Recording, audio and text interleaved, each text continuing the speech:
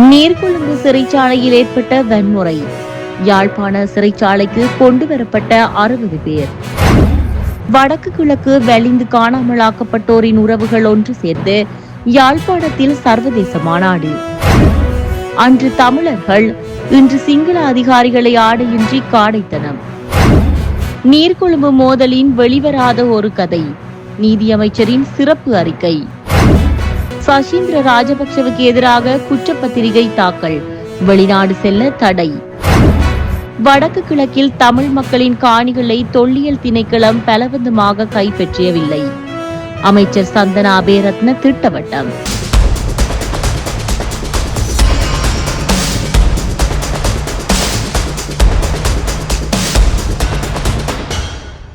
நீர்கொழும்பு சிறைச்சாலையில் கடந்த 2 தினங்களாக கைதிகளுக்கு இடையில் இடம்பெற்ற பயங்கர மோதலில் சிறை காவலர்கள் உட்பட 27 பேர் உயிரிழந்தமையுடன் 100 பேருக்கு மேற்பட்டோர் காயமடைந்துள்ளனர்.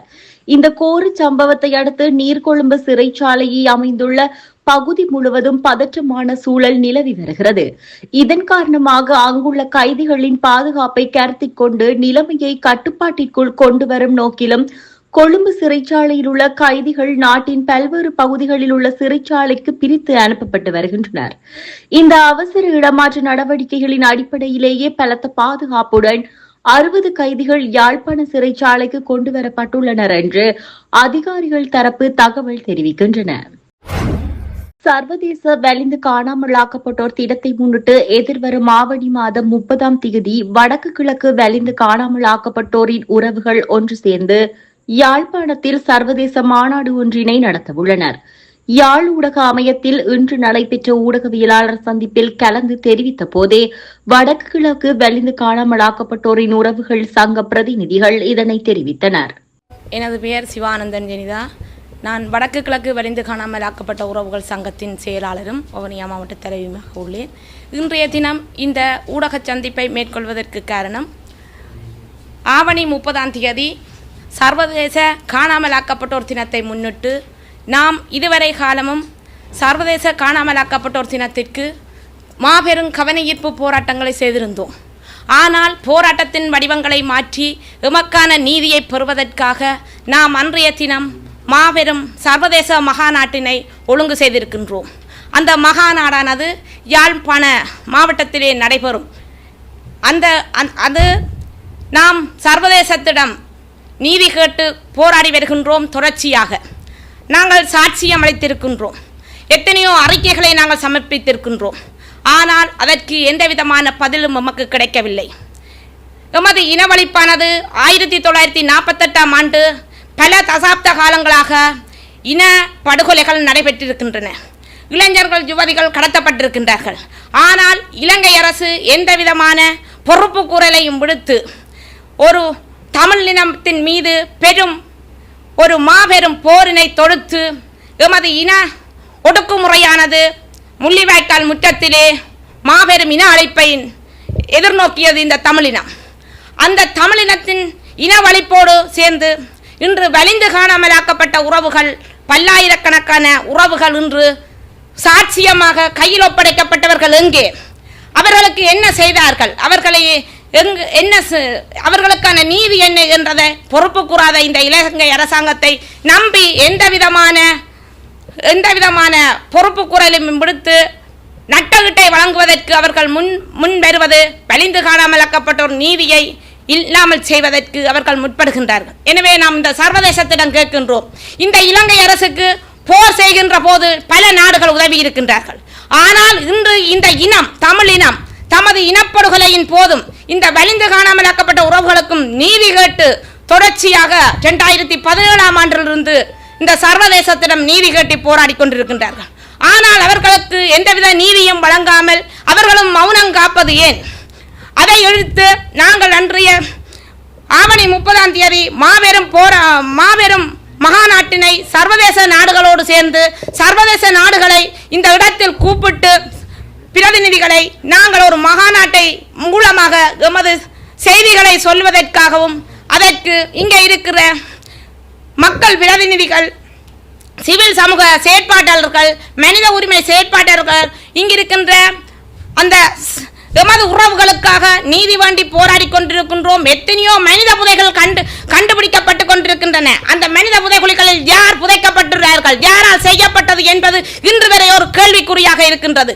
எனவே அத்தனை கேள்விக்குறிகளுக்கும் நாங்கள் ஒட்டுமொத்த தமிழர்களாகிய எமது இன ஒடுக்குமுறைக்கு நாம் ஒரு தீர்வு காண்பதற்காக அந்த எமது போராட்டத்தின் வடிவத்தை மாற்றி நாம் எமது உறவுகளுக்கான நீதியை தேடுவதோடு மட்டுமில்லாமல் இந்த இனத்திற்கு இழைக்கப்பட்ட அநீதிகளுக்கும் நீதியை கோருவதற்காக அந்த சர்வதேச காணாமலாக்கப்பட்டோர் தினத்தில் மாபெரும் சர்வதேச மகாநாடை செய்ய நாம் முன்வந்திருக்கின்றோம். இந்த வடக்கு கிழக்கு வெளிந்து காணாமலாக்கப்பட்ட உறவுகளாகிய நாம் அனைத்து தமிழ் தாய் உறவுகளிடமும் மற்றும் சர்வதேச நாட்டு பிரதிநிதிகளிடமும் இங்கு இருக்கின்ற மக்கள் பிரதிநிதிகளிடம் சிவில் சமூக செயற்பாட்டாளர்களிடமும் மனித உரிமை செயற்பாடுகளிடம் நாம் ஒன்றை கேட்கின்றோம். அன்றைய தினம் அந்த இடத்தில் தன்னார்வமாக வந்து எமது உறவுகளின் நீதிக்காகவும் இந்த இனத்திற்கான நீதிக்காகவும் அன்றைய தினம் நாம் சர்வதேசத்திடம் ஒரு ஒட்டுமொத்தமான கோரிக்கையை நாங்கள் முன்வைப்பதற்காகவே அந்த மகாநாடை இம்முறை செய்ய இருக்கின்றோம். எனவே அந்த மகாநாட்டுக்காக உங்களது ஒத்துழைப்பை நாங்கள் இந்த வேளையில் வேண்டி நிற்கின்றோம். எனவே நாம் ஒன்றுபட்டால் உண்டு வாழ்வு, அடம்பன் கொடியும் திரண்டால் மிடுக்கு என்பதை போன்று எமது சக்தி வாய்ந்த எமது இனத்துக்காக விடுதலைக்காக ஆயுத போராட்டத்தை செய்து 30 வருடமாக மௌனித்திருந்தது. ஆனால் இன்றைக்கு அகிம்சை வழியில் பல வழிகளில் பல போராட்டங்களை செய்திருக்கின்றார்கள். ஆனால் அது இன்று வரை வெற்றி பெறவில்லை. ஆனால் நாம் சர்வதேசத்திடம் ஒன்றை கேட்கின்றோம். இந்த மகாநாட்டிலேயாவது இனி காலம் இழுத்தடிக்காது அந்த மகாநாட்டில் நீங்களும் ஒரு பங்குதாரர்களாக எங்களோடு சேர்ந்து இந்த மகாநாட்டுக்கு வலி சேர்க்க வேண்டும். உண்மையிலே நாம் எமது உறவுகளுக்கு நீதி கேட்பதற்காக இந்த சர்வதேச மகாநாட்டை கூடுகின்றோம். எனவே அந்த சர்வதேச மகாநாட்டை நடத்துவதற்கு அனைத்து உறவுகளது ஆதரவையும் உங்களால் இயன்ற உதவிகளையும் அந்த மகாநாட்டுக்கு உங்களால் இயன்ற உதவிகளையும் புலம்பெயர் தேசத்தில் இருக்கின்றவர்களும் இங்கு இருக்கின்ற உறவுகளும் அந்த மகாநாட்டுக்கு உங்களால் இயன்ற உதவிகளையும் ஆதரவையும் தர வேண்டும் என்பதை இந்த வடக்கு கிழக்கு வலிந்து காணாமலாக்கப்பட்ட உறவுகளின் சங்கத்தினராகிய நாங்கள் உங்களிடம் கேட்டுக்கொள்கின்றோம். இலங்கையில் அன்று ஆடைகள் அகற்றப்பட்டு நிர்வாணமாக்கப்பட்டு கொடூரமான முறையில் பல தமிழர்கள் சிறைச்சாலைக்குள் சிங்களவர்களால் கொல்லப்பட்டனர். ஆனால் இன்று சிங்களவர்களால் சிங்கள அதிகாரிகள் நிர்வாணமாக்கப்பட்டு சுட்டுக் கொலை செய்யப்பட்ட பயங்கரமான சம்பவம் நேற்று பதிவாகியுள்ளது. நீர்கொழும்பு சிறைச்சாலை கலவரத்தில் சிறைச்சாலை அதிகாரிகள் 7 பேர் உட்பட 26 பேர் உயிரிழந்ததுடன் 100க்கும் அதிகமானோர் படுகாயமடைந்து வைத்தியசாலையில் அனுமதிக்கப்பட்டுள்ளனர். உயிரிழந்த சிறைச்சாலை அதிகாரிகளின் அணிவகுப்பு பயிற்சியின் பிரதான பயிற்சிவிப்பாளர் ஜெயிலர் சந்திரவன்ச, அவசர அதிரடிப்படையின் சிரேஷ்ட அதிகாரி புஷ்பகுமர மற்றும் அதிகாரிகள் அபேவர்த்தன, ஏடி தரங்க, திலகஸ்ரீ மற்றும் சில அதிகாரிகள் ஆகியோர் அடங்குவர். முந்தைய நாள் இரவு கட்டுக்குள் கொண்டுவரப்பட்ட அமைதியின்மை மறுநாள் காலை உணவு வழங்க கைதிகளை உறவினர்கள் சந்திப்பதற்கான ஏற்பாடுகளை செய்ய அதிகாரிகள் சிறை அறைக்குள் சென்றபோது மீண்டும் தீவிரமடைந்தது. அங்கு ஆக்ரோஷமடைந்த கைதி குழுவினர்கள் அதிகாரிகளை நிர்வாணப்படுத்தி மிகவும் மனிதாபிமானமற்ற முறையில் தாக்கி கொலை செய்துள்ளமை தெரிய வந்துள்ளது. அதிகாரிகளிடம் இருந்த துப்பாக்கிகள் மற்றும் கையடக்க தொலைபேசிகளையும் பறித்து கொண்ட கைதிகள் அவர்களை காப்பாற்ற வந்த ஏனைய அதிகாரிகளையும் தாக்கி பிணை கைதிகளாக பிடித்து வைத்தனர். சிறைச்சாலை உடற்பயிற்சி கூடத்தில் இருந்து இரும்பு உபகரணங்களை உடைத்து அவற்றை ஆயுதங்களாக பயன்படுத்தி தாக்குதல் நடத்தியுள்ளனர். நிலைமை மோசமடையவே சிறைச்சாலை பிரதான அலுவலகம், மருந்தகம் மற்றும் ஆயுத களஞ்சியத்தை உடைத்து கட்டுப்பாட்டை கைப்பற்ற கைதிகள் முயற்சித்தனர். எனினும் முந்தைய தினமே அதிகாரிகள் ஆயுத களஞ்சியத்தில் இருந்த துப்பாக்கிகளை பாதுகாப்பான இடங்களுக்கு மாற்றியிருந்ததால் பெரும் அழிவு தவிர்க்கப்பட்டதாக நிர்வாகம் தெரிவித்துள்ளது. சிறைச்சாலையின் கட்டுப்பாடு முழுமையாக கை நழுவி சென்றது. இந்த நிலையில் நிலைமையை சமாளிக்க போலீஸ் சிரேஷ்ட அதிகாரப்படை, கலவர தடுப்பு பிரிவு, போலீஸ் மற்றும் ராணுவம் பெருமளவில் வரவழைக்கப்பட்டன. நீர்கொழும்பு, கம்பஹா மற்றும் சிலாபம் போலீஸ் பிரிவுகளில் இருந்து சுமார் 500 மேலதிக போலீசாரும் 200 விசேட அதிரடி படையினரும் பாதுகாப்பு பணிக்காக ஈடுபடுத்தப்பட்டனர். பாதுகாப்பு படையினரின் சிறையை சூழ்ந்திருந்த போது கைதிகள் சுவர்களுக்கு மேலிருந்து ஓடுகள் மற்றும் இரும்பு குழாய்களை கொண்டு வெளியில் இருந்த அதிகாரிகள் மீது தாக்குதல் நடத்தினர். பின்னர் விசேட அதிரடி படையினரும் போலீசாரும் சிறைச்சாலையின் பிரதான கதவை உடைத்துக் கொண்டு உள்ளே நுழைந்த துப்பாக்கி சூடு நடத்தி நிலைமையை கட்டுப்பாட்டிற்குள் கொண்டு வந்தனர். இதன்போது ஏற்பட்ட மோதலில் சிறைச்சாலை அதிகாரிகள் 18 பேர், விசேட அதிரடிப்படை அதிகாரிகள் 8 பேர் மற்றும் 3 போலீசார் உட்பட பாதுகாப்பு படையினர் பலர் காயமடைந்துள்ளனர். காயமடைந்த விசேட அதிரடிப்படையின் 4 உட்பட 14 பேர் உடனடியாக கொழும்பு தேசிய வைத்தியசாலைக்கு மாற்றப்பட்டனர். 2019 ஈஸ்டர் ஞாயிறு பயங்கரவாத தாக்குதல்கள் தொடர்பான விசாரணைகள் குறித்து தனது கைது நடவடிக்கையை தடுக்குமாறு உத்தரவை கோரி முன்னாள் ஜனாதிபதி கோட்டாபாய ராஜபக்ஷ தாக்கல் செய்த ரிட் மனு மீதான விசாரணையின் போது அவருடன் ஆசாத் மௌலானா இருப்பதாக கூறப்படும் புகைப்படங்கள் நேற்று மேன்முறையீட்டு நீதிமன்றத்தில் சமர்ப்பிக்கப்பட்டுள்ளது. ஈஸ்டர் ஞாயிறு தாக்குதல்கள் தொடர்பான மௌலானா முன்வைத்த குற்றச்சாட்டுகள் குறித்து தற்போதைய விசாரணைகள் தொடர்பாக தன்னை கைது செய்ய நடவடிக்கை எடுக்கப்படுவதாக கூறி கோட்டாபாய இந்த மனுவை தாக்கல் செய்தார். அத்தகைய கைது சட்டவிரோதமானது மற்றும் தனது அடிப்படை உரிமைகளை மீறுவதாகும் என்று வாதிட்டு சட்ட அமுலாக்க அதிகாரிகள் தன்னை கைது செய்வதை தடுக்குமாறு உத்தரவை இந்த மனுவின் மூலம் அவர் கோரியிருந்தார். எதிர்த்தரப்பினர் சார்பில் முன்னிலையான பிரதி சொலிசிட்டர் ஜெனரல் சுஹர்ஷி ஹேரத் கோட்டாபாயவின் மனுவை அவருக்கு மௌலானாவை தெரியாது என்று கூறப்பட்டுள்ளதாக நீதிமன்றத்தில் தெரிவித்துள்ளார். இருப்பினும் இனிய பாரதி என அழைக்கப்படும் நபரிடம் குற்றப்புலனாய்வு திணைக்களத்தால் பதிவு செய்யப்பட்ட வாக்குமூலத்தில் 2019 ஆண்டு மெரிஹானாவில் உள்ள ராஜபக்ஷவின் இல்லத்தில் அவரை சந்தித்ததாகவும் அப்போது மௌலானா மற்றும் பலரும் உடனிருந்ததாகவும் கூறப்பட்டுள்ளதாக அவர் கூறினார். ராஜபக்ஷவின் இல்லத்தில் எடுக்கப்பட்ட புகைப்படங்கள் ராஜபக்ஷவும் மௌலானாவும் ஒன்றாக இருப்பதை காட்டுவதாக கூறி நீதிமன்றத்தில் சமர்ப்பிக்கப்பட்டுள்ளதாக பிரதி சொலிசிட்டர் ஜெனரல் தெரிவித்தார்.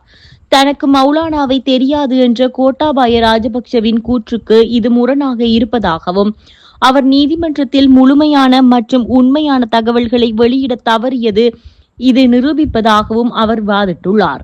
மேலும் அந்த மனுவானது தனிநபர் சுதந்திரம் மற்றும் நடமாடும் சுதந்திரம் உள்ளிட்ட அடிப்படை உரிமைகள் மீறப்பட்டதாக கூறும் பிரச்சினைகள் தொடர்பான விடயங்களை முதன்மையாக எழுப்பியுள்ளது என்றும், எனவே அரசியலமைப்பின் கீழ் இதுபோன்ற விடயங்களை விசாரிக்கும் அதிகார வரம்பை கொண்டுள்ள உயர் நீதிமன்றத்திற்கு அது அனுப்பப்பட வேண்டும் என்றும் அவர் வாதிட்டார். கோட்டாபாய ராஜபக்ஷ சார்பில் முன்னிலையான ஜனாதிபதி சட்ட ஆலோசகர் ரோமேஷ் டி சில்வா அந்த புகைப்படங்கள் எந்த ஒரு குற்றச் செயலையும் நிரூபிக்கவில்லை என்று வாதிட்டார்.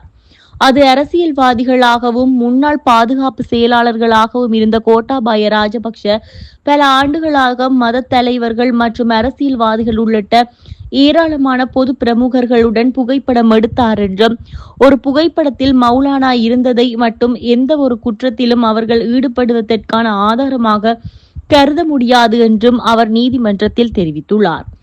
ஈஸ்டர் ஞாயிறு தாக்குதல்களை விசாரிக்க நியமிக்கப்பட்ட பல ஆலோசனைகள் மௌலானாவின் பகிரங்க குற்றச்சாட்டுகளுக்கு முன்னும் பின்னும் அமைக்கப்பட்டவை என்றும் கோட்டாபாய ராஜபக்ஷ குற்றம் சாட்டப்படவில்லை என்றும் டி சில்வா மேலும் வாதிட்டார். கைது நடவடிக்கையை நியாயப்படுத்தி தகுந்த காரணங்கள் எதுவும் இல்லை என்றும் அவர் வலியுறுத்தினார். இந்த தரப்பினரின் வாதங்களை கேட்ட பிறகு மேல்முறையீட்டு நீதிமன்றம் துணை சொலிசிட்டர் ஜெனரல் மேலதிக வாதங்களுக்காக இந்த வழக்கை ஜூலை 9 ஒத்திவைத்துள்ளனர். ஊழல் தொடர்பான குற்றச்சாட்டுகளுக்காக முன்னாள் ராஜாங்க அமைச்சர் சசீந்திர ராஜபக்ஷ உள்ளிட்ட 3 பிரதிவாதிகளுக்கு எதிராக கொழும்பு மேல் நீதிமன்றத்தில் குற்றப்பத்திரிகை தாக்கல் செய்யப்பட்டுள்ளது. லஞ்ச அல்லது ஊழல் குற்றச்சாட்டுகளை புலனாய்வு செய்யும் ஆணைக்குழு இந்த குற்றப்பத்திரிகையை தாக்கல் செய்துள்ளது. இந்த குற்றப்பத்திரிகைகள் கொழும்பு மேல் நீதிமன்ற நீதிபதி ரவீந்திர ஹேமரத்ன முன்னிலையில் விசாரணைக்கு எடுத்துக் கொள்ளப்பட்ட போது இது குறித்து மேலும் தெரிய வருகையில் பிரதிவாதிகள் மூவரில் ஒருவரையொருவர் தலா 1 மில்லியன் ரூபாய் பெறுமதியான 2 தனிநபர் பிணைகளில் விடுவிக்குமாறு நீதிமன்றம் உத்தரவிட்டுள்ளது. அத்தோடு பிரதிவாதிகள் நாட்டை விட்டு வெளியேறுவதை தடுத்து வெளிநாட்டு பணத்தை பயண தடையையும் நீதிபதி விதித்துள்ளார். மேலும் பிரதிவாதிகள் கைரேகைகளை பெற்று அது தொடர்பான அறிக்கையை சமர்ப்பிக்குமாறு நீதிமன்றம் உத்தரவிட்டுள்ளது. இந்த வழக்கு விசாரணைகளுக்கு முந்தைய மாநாட்டிற்கான ஆகஸ்ட் 5ஆம் தேதிக்கு ஒத்திவைக்கப்பட்டுள்ளது. இந்த வழக்கில் சோபாலிகா சமன்குமரி மற்றும் கீர்த்தி பண்டார கொட்டகமா ஆகியோரும் பிரதிவாதிகளாக பெயரிடப்பட்டுள்ளனர். லஞ்ச ஊழல் ஒழிப்பு ஆணைக்குழுவின்படி பிரதிநிதிகள் தங்களது ஆக்கப்பூர்வமான செல்வங்களை பயன்படுத்தி ஒப்பீட்டு பயணத்தின் சில அதிகாரிகளுக்கு அழுத்தம் கொடுத்து 8.85 மில்லியன் ரூபாய் இழப்பீட்டுத் தொகையை பெற்றுக் கொண்டுள்ளதாக அதற்கு உடந்தையாக இருந்ததாகவும் ஊழல் குற்றச்சாட்டுகள் சுமத்தப்பட்டன. கடந்த 2022 மே 9ஆம் தேதி ஏற்பட்ட வன்முறைகளின் போது செவனகெல கிரிபொன்வெவ பகுதியில் உள்ள ஸ்ரீலங்கா மகாவலி அதிகார சபைக்கு சொந்தமான காணியில் சட்டவிரோதமாக கட்டப்பட்டிருந்த கட்டிடம் உட்பட சேதமடைந்த சொத்துக்களுக்கான இழப்பீடு வழங்குவது தொடர்பிலேயே இந்த குற்றச்சாட்டு எழுந்துள்ளன. இந்த சொத்துக்களை இழப்பீடு கோரிக்கை முன்னதாக நிராகரிக்கப்பட்டிருந்த போதிலும் பிரதிவாதிகள் இந்த இழப்பீட்டுத் தொகையை பெற்றுள்ளதாக அந்த தரப்பு குற்றம் சாட்டியுள்ளமை குறிப்பிடத்தக்கது. வடக்கு கிழக்கு மாகாணங்களில் தமிழ் மக்களின் காணிகள் தொல்லியல் திணைக்களத்திற்காக பலவந்தமான முறையில் கைப்பற்றப்படவில்லை என அமைச்சர் சந்தன அபேரத்ன தெரிவித்துள்ளார். பாராளுமன்றத்தில் நேற்று உரையாற்றிய அவர் அரசு நிறுவனங்கள் மற்றும் திணைக்களத்தின் கட்டுப்பாட்டில் உள்ள தொல்லியல் சின்னங்களே அடையாளப்படுத்தப்படுகின்றன என்றும் இது ஒரு இனத்தையோ மதத்தையோ குறித்து செயற்படவில்லை என்றும் தெரிவித்துள்ளார். மேலும் கடந்த காலங்களில் மோசமடைந்த தொல்லியல் சின்னங்களை பாதுகாக்க அரசு நடவடிக்கை எடுத்து வருவதாகவும் தொல்லியல் சின்னங்கள் தொடர்பான தகவல்கள் வழங்குவோருக்கு சன்மானமாக வழங்கும் விதிகளும் நடைமுறையில் உள்ளதாகவும் அமைச்சர் தெரிவித்துள்ளார். நீர்கொழும்பு சிறைச்சாலையில் மோதலை தொடங்கிய கைதிகள் ஆயுதங்களை பெற்று இரும்பு கதவை உடைத்துக் கொண்டு தப்பி செல்ல முயன்றதாக நீதி அமைச்சரும் சட்டத்தரணியுமான ஹர்ஷன நாணயக்கார நாடாளுமன்றத்தில் தெரிவித்துள்ளார். அரசாங்கம் இந்த மோதலை ஒருபோதும் குறைத்து மதிப்பிடவில்லை என்று கூறிய அமைச்சர் சிறைக்குள் போதைப் பொருட்கள் மற்றும் சட்டவிரோத பொருட்களை கொண்டு வரும் வழிமுறையை சீர்குலைப்பதே இந்த மோதலின் ஈடுபட்டவர்களின் நோக்கம் என்று மேலும் குறிப்பிட்டுள்ளார். ஆயுதமற்ற 2 அதிகாரிகள் தாக்கப்பட்டதாகவும் அவர்கள் மீட்கப்பட்டதாகவும் மற்ற அதிகாரிகள் சம்பவ இடத்தில் சென்றதாகவும் அமைச்சர் மேலும் தெரிவித்தார். மேலும் பெரும்பாலான அதிகாரிகள் செங்கற்கள் மற்றும் தடிகளால் கொடூரமாக தாக்கப்பட்டதில் உயிரிழந்தனர் என்று அவர் கூறியுள்ளார். இது தொடர்பில் மேலும் கருத்து வெளியிட்ட அவர் கொழும்பு சிறை விவகாரம் குறித்து விசாரிக்க அமைச்சரவையின் ஊடக சிறப்பு விசாரணை குழு ஒன்று அமைக்கப்பட்டுள்ளது என்று கூறினார். இதுகுறித்து நாளை சிறை உத்தியோகத்தர்களுக்கு அழைப்பு விடுக்கப்பட்டுள்ளது. அரசாங்கம் என்ற வகையில் முழு பொறுப்பையும் நாங்கள் ஏற்கின்றோம். சிறைக்குள் போதைக்கு அடிமையானவர்கள் இருந்துள்ளனர். அவர்கள் இந்த தாக்குதலை ஆரம்பித்துள்ளனர். இந்த இடத்தில் கைதி எனவும் அதிகாரி என்றும் தனித்தனியே மதிப்பு வழங்க முடியாது. உயிரை காப்பாற்றுவதே எங்கள் நடவடிக்கையாக இருந்தது. எங்களுக்கு தகவல் வழங்கிய கைதியே முதலில் பாதிக்கப்பட்டவர். முதலில் அவரே தாக்கப்பட்டார். உணவு தங்குமிட பிரச்சினை என சிலர் இதனை பிரிவுபடுத்துகின்றனர். மனிதாபிமானமற்ற முறையில் அதிகாரிகள் மீது தாக்குதல் நடத்தப்பட்டுள்ளது. கைதிகளுக்கு ஆயுதங்கள் எப்படி சென்றது என்பது குறித்து தற்போது விசாரணைகள் ஆரம்பமாகியுள்ளன. இந்த நிலையில் பாதுகாப்பாக கைதிகள் மீது துப்பாக்கி சூடு நடத்தப்பட்டுள்ளது என்றார்.